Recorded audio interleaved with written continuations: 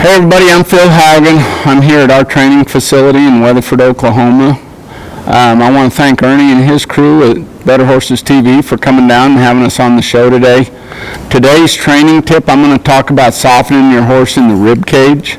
And for your horse to be really soft in their face, they have got to be soft in that rib cage. They basically have to break in that rib cage, mean bend in that rib cage. So when the benefit of doing this exercise is all about smooth transitions and smooth turns. Even when your horse stops, your horse has to be soft in that rib cage and give in that rib cage. So for this particular exercise, all I'm going to do is ask Casino to move forward, and when I do that, I'm just gently squeezing his rib cage with both legs. Okay, I've got my hands down.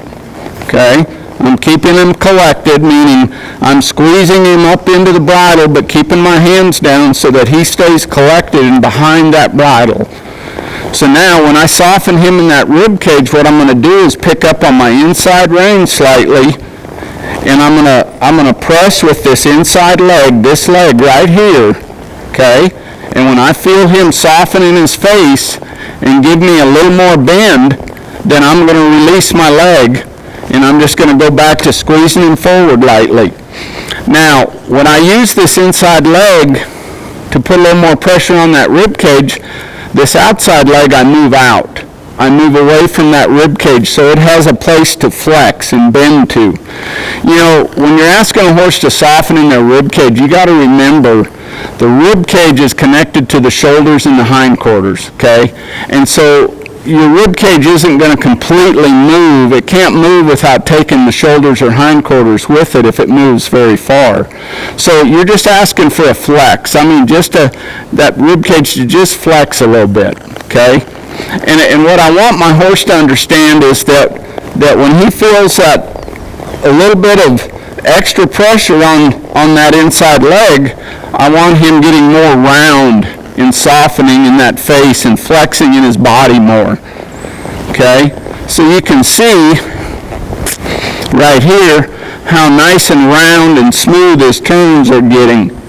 You know, he's staying collected, he's staying round across his back, meaning when your horse is collected and he's behind the bridle, his back is getting round instead of hollowed out. When your horse has his head up, okay, and his stride is extended, then his back's going to be hollowed out. But this exercise here, for a horse to make a really nice, smooth turn, they have to be collected, okay? And they got to be nice and round, laterally and vertically. Okay, so when I'm flexing this horse in the rib cage, he's getting nice and round laterally, and he's staying behind the bridle because I'm squeezing him up into that bridle and keeping my hands low, and he's finding that really nice soft collection right there. Really flexing nice in the rib cage. Of course, when I go to stop, I just drop my hands, push down on my heels, and take my legs away from that rib cage because I quit asking him to move forward. Okay? So, real simple exercise, but by doing lots and lots of repetitions, before long, when your horse just starts to feel your leg come into that rib cage, they're going to get ready to flex and get soft and stay behind that bridle. That's our training tip for today. Softening that rib cage, which in turn softens that head, neck, and shoulder, keeps that horse nice and soft in its turns. Okay, also helps to keep your horse really collected, because just think about it, if you flex that horse in the rib cage and get him soft going to the left, like this right here, okay, then you practice and you get him soft going to the right, squeeze him forward, keep your hands low, leg against that rib cage, keeping him nice and soft. Well, before long, when you put both hands down, look how nice and soft this horse is. Look how he's staying behind that bridle and staying nice and round in his back. Okay? Softening that rib cage. Great exercise. Really helps your horse to be smoother in their transitions, which means speed and direction. You know, most disciplines we have two transitions. That's transition in speed, transition in direction. Okay? That's our tip for today.